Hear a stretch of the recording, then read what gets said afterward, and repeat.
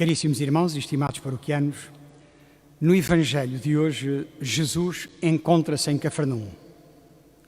Os evangelistas colocam Cafarnaum no centro do ministério público de Jesus. Só a Santa Cidade de Jerusalém reúne tantas recordações da passagem do Senhor pela terra como esta pequena cidade de Cafarnaum, onde Jesus, a um sábado, como era seu costume, entrou na sinagoga e começou a ensinar. A narração evangélica que escutamos inicia-se com o grito do demónio que pergunta a Jesus: que tens tu que ver conosco, Jesus de Nazaré? Vieste para nos perder? A página do Evangelho mostra que a presença de Jesus é sempre um enorme tormento para o tentador. O demónio persiste em tentar-nos, apresentando-nos sugestões falsas e mentiras com as quais nos pretende fazer acreditar que nos realizaremos muitíssimo mais se não cumprirmos a vontade de Deus.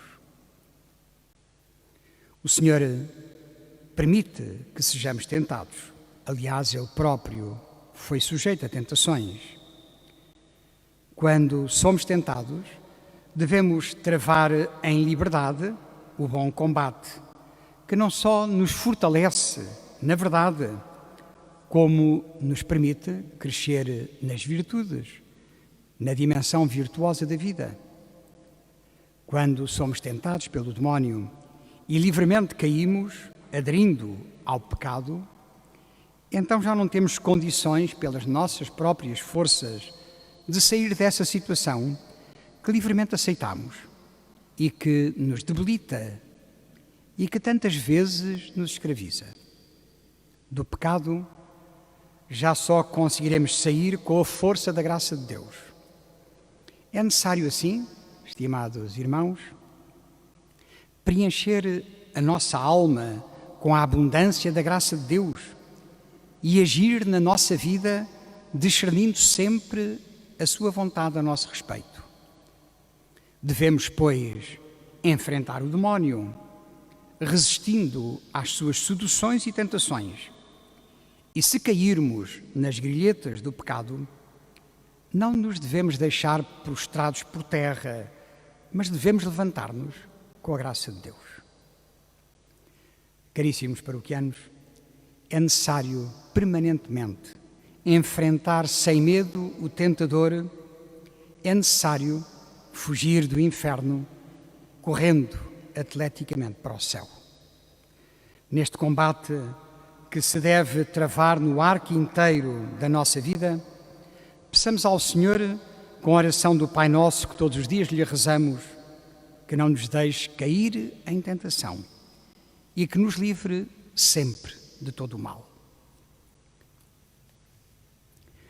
Na tentação, caíram os deputados da Assembleia da República em outubro último, quando, de forma autossuficiente, não quiseram escutar e ignoraram a petição de 100 mil portugueses, chumbando o pedido de referendo à eutanásia. Nesta passada sexta-feira, desprezando todos os pareceres recebidos das entidades e peritos consultados, que de forma unânime e clara foram contrários à legalização da eutanásia, a maioria dos deputados, de forma arrogante, aprovaram o mal. Sim, digamo-lo sem rodeios.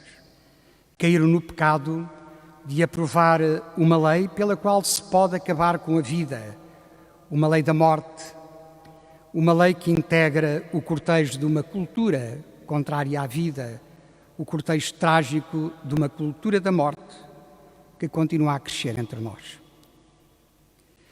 Não podiam ter escolhido pior momento para esta aprovação, quando o sistema de saúde está em colapso, quase de pantanas, quando tantos profissionais lutam para cuidar e salvar a vida de doentes, particularmente dos mais frágeis e dos mais idosos, quando aumenta o número de mortes diários, como hoje de novo aconteceu, quando filas intermináveis de ambulâncias se juntam nas urgências dos hospitais, quando se fazem transferências de doentes para a Madeira e eventualmente para algum país europeu, quando os próprios deputados que nos representam se colocam à frente dos velhos e dos doentes para receberem a vacina, não admira que de modo insensível e diria mesmo vergonhosa considerasse este momento como adequado para aprovar a eutanásia. Diante de tantas dificuldades dos serviços e dos profissionais em cuidar da saúde e da vida dos portugueses, os deputados, em nome de um vazio moral, de um absoluto relativismo ético, aprovaram uma lei que determina que, a partir de agora, o serviço de saúde destinado a salvar vidas pode passar a exercer a função de matar. Impressiona-me o silêncio redutor da comunicação social às posições tomadas contra a eutanásia, exceto os escassos artigos de opinião. Impressiona-me que, enquanto se legisla sobre a morte das pessoas, entre em vigor uma lei, igualmente aprovada por estes mesmos deputados, que faz a defesa da vida, não dos humanos, mas dos animais. Quem matar um cão ou um gato, ou outros animais de companhia, passa a ter penas de prisão agravadas.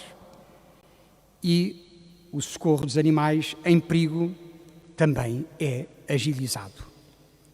Impressiona-me ainda um convite que um educando do ensino secundário recebeu para entrar num zoema, nem conhecia a palavra. Enquanto o avô está doente ou a morrer, os professores pedem que faça um zoema. Impressionante como a vida humana importa menos. Impressiona este retrocesso civilizacional. E, porém, a vida humana é o primeiro dos direitos de cada um de nós e é sempre um bem indisponível. Não há pessoas que tenham mais dignidade que outras pessoas, nem há vidas que sejam mais dignas de ser vividas do que outras vidas. A vida humana é sempre um dom do qual vale a pena não apenas cuidar, mas também firmemente defender. E ainda que a defesa da vida não seja apenas uma posição de quem crê em Deus, para nós cristãos, matar é pecado. Esta lei é um sim à morte. É certo que está emoldurada por uma roupagem sedutora de restrições, que apenas pretende esconder a porta que se entreabre. Esta porta que tenderá a ficar escancarada para uma rampa progressivamente deslizante. Se disso alguém tem dúvidas, basta escrutinar a prática do que já acontece nos outros 4 países europeus, onde esta iníqua lei começou por ser assim, como entre nós, timidamente aprovada. A eutanásia é sempre uma falsa solução para o drama do sofrimento e é também uma solução indigna da pessoa humana. A verdadeira resposta ao sofrimento, como aliás vemos nesta pandemia, não pode ser proporcionar a morte, por muito suave ou muito doce com que a possamos apresentar. A solução para o drama do sofrimento é e será sempre, a todo custo e porventura com enormes sacrifícios, defender a vida e testemunhar o amor junto de quem está doente para ajudar cada pessoa a enfrentar a dor e a agonia. Peçamos a Deus que projete luz sobre aqueles que nos órgãos institucionais ainda podem, por todos os meios legais, evitar que esta lei seja promulgada. O Tribunal Constitucional e o Sr. Presidente da República. Voltemos ao Evangelho, meus irmãos. O centro da sua narração é a confissão da fé dos demónios. Sei quem tu és, o Santo de Deus. Nessa altura, Jesus diz com autoridade ao demónio: cala-te e sai desse homem. Por que manda Jesus calar o demónio? Estaria o demónio a mentir? Jesus não manda calar o demónio porque estivesse a mentir. Não, o demónio falava a verdade. Mas a confissão da fé dita por uma boca imunda como a do demónio conspurca a própria verdade. Também nós próprios nos devemos recordar em todos os momentos das nossas vidas da absoluta necessidade de compaginar mais e mais a proclamação da verdade com a pureza de coração assente na graça de Deus e com o testemunho da caridade. Santo Agostinho, a propósito deste passo evangélico, comentará: grande coisa é a fé, mas a fé sem caridade, ou seja, a fé sem amor, é inútil. O demónio confessava efetivamente a verdade acerca de Jesus, mas o demónio não tinha caridade, por isso é demónio. Nós, cristãos, não nos devemos gloriar da nossa fé se não a soubermos viver com caridade. A propósito da lei da eutanásia, os nossos bispos manifestaram obviamente a sua tristeza e indignação pela aprovação desta lei, que consideraram lesiva da dignidade de toda a vida humana, e sublinharam que a sua aprovação é um retrocesso cultural sem precedentes, afirmando, perante tal retrocesso, temos de reagir energicamente. Afirmando o valor da vida à luz do humanismo e da verdade da fé, como reagem energicamente os nossos bispos? Obviamente, com caridade.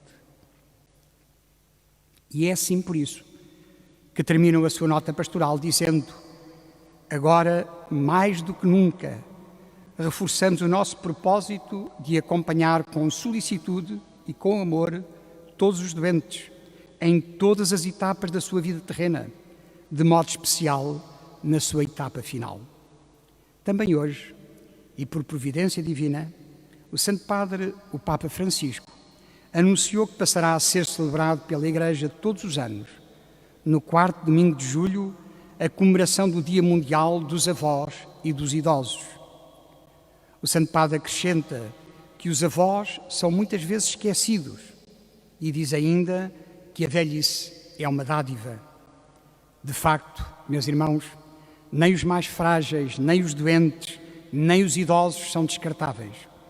Nem os seus sofrimentos, nem a dor das suas famílias podem ser ignorados. Faço-vos um convite, estimados paroquianos. Unam-se conosco na jornada de oração pela família e pela vida, em online, naturalmente, em todas as quartas-feiras até ao dia 19 de março, desde as 8h30 da manhã às 23h, iremos realizar, sob a poderosa intercessão e alto patrocínio de São José, a quem o Santo Padre dedicou este ano. Rezaremos pela família e pela defesa da vida, pedindo a Deus, por intercessão de São José, a graça de vencermos este combate contra a pandemia. Pediremos igualmente a Deus, por intercessão de São José, por cada defunto, para que, purificado dos seus pecados, possa ser acolhido no seio de Deus.